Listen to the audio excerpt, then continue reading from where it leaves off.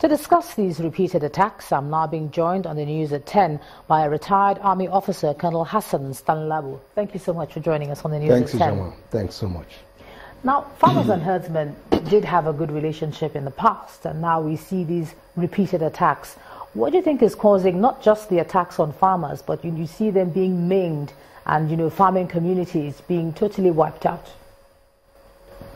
Well, Ijoma, first of all, thanks so much for bringing me on again. The fact remains that we can't keep doing the same thing and expect to see different answers. We shall continue to witness things like this in as much as the Fulani herdsmen intrude into farmlands in various areas within different states as they move along with their herds.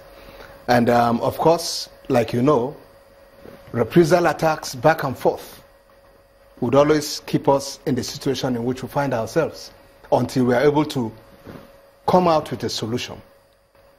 The solution might maybe, if you want to ask me what is my opinion, the idea of we establishing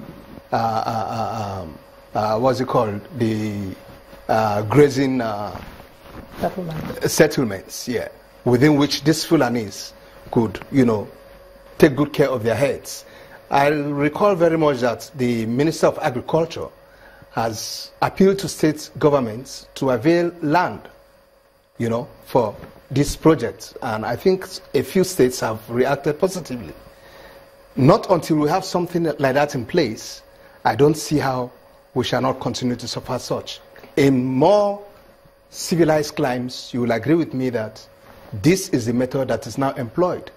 You don't see herds of cattle moving all around the place and disrupting farmers' activities. But is it as simple as just having somewhere for them to be? I mean, you're a retired Army officer. Yeah. When you see, or when security agencies or members of the public find people who are not licensed to bear arms, bearing arms in open, in broad daylight, and nothing is done about it, what do you think, how should they respond to that beyond just putting them somewhere, Ordinarily, asking me as a soldier, I would tell you that the reaction should be to get them arrested and, of course, hand them to appropriate authorities, and necessary actions will be taken on them. But you must understand, Ijoma, that this is a national issue now. It's a different ball game altogether. It calls for maybe policy direction to be geared towards it to see how we can come up with some solutions. It calls for legislations, from the National Assembly and so on. But who are those to come out with these legislations? Is it the present 8th Assembly that sits for 1 week and proceeds on recess for 3 weeks? So we find ourselves in a quagmire.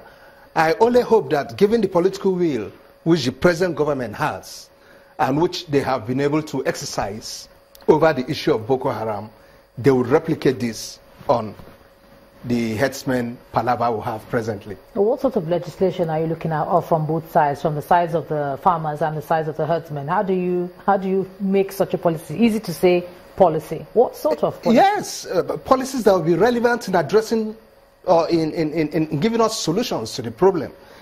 Policies that definitely would see that the issue of carrying arms by individuals who should not bear arms is highly addressed. You cannot bear arms if you are not a member of the armed forces. Any other person bearing arms that is not a member of the armed forces is now bad books. You are either an armed robber or whatever. We should address these issues with some level of seriousness. But unfortunately, those that should address it seem to turn a blind eye. I am from Southern Kaduna. I was at home recently when the heat was on of recent in my place, and sincerely you wouldn't believe me, I forced back tears when I saw when I saw relations and friends down as, oh shit. I'm sorry. It's unfortunate, but I just want to appeal to government to please address this issue. Nigerians are becoming wary And in as much as some of us are able to appeal to our own people that, look, you must be calm, the government in place is one that understands and listens, and definitely they will address it. I just hope government will do something about it before our own people begin to see some of us as sellouts. All right. I'm sorry about all that and your emotion and all, and also the language that you mistakenly let slip on the News at 10. But thank you so much, retired Army Officer Colonel Hassan Stanlabo, for joining us on News at 10 tonight. Thank you very much, Joe.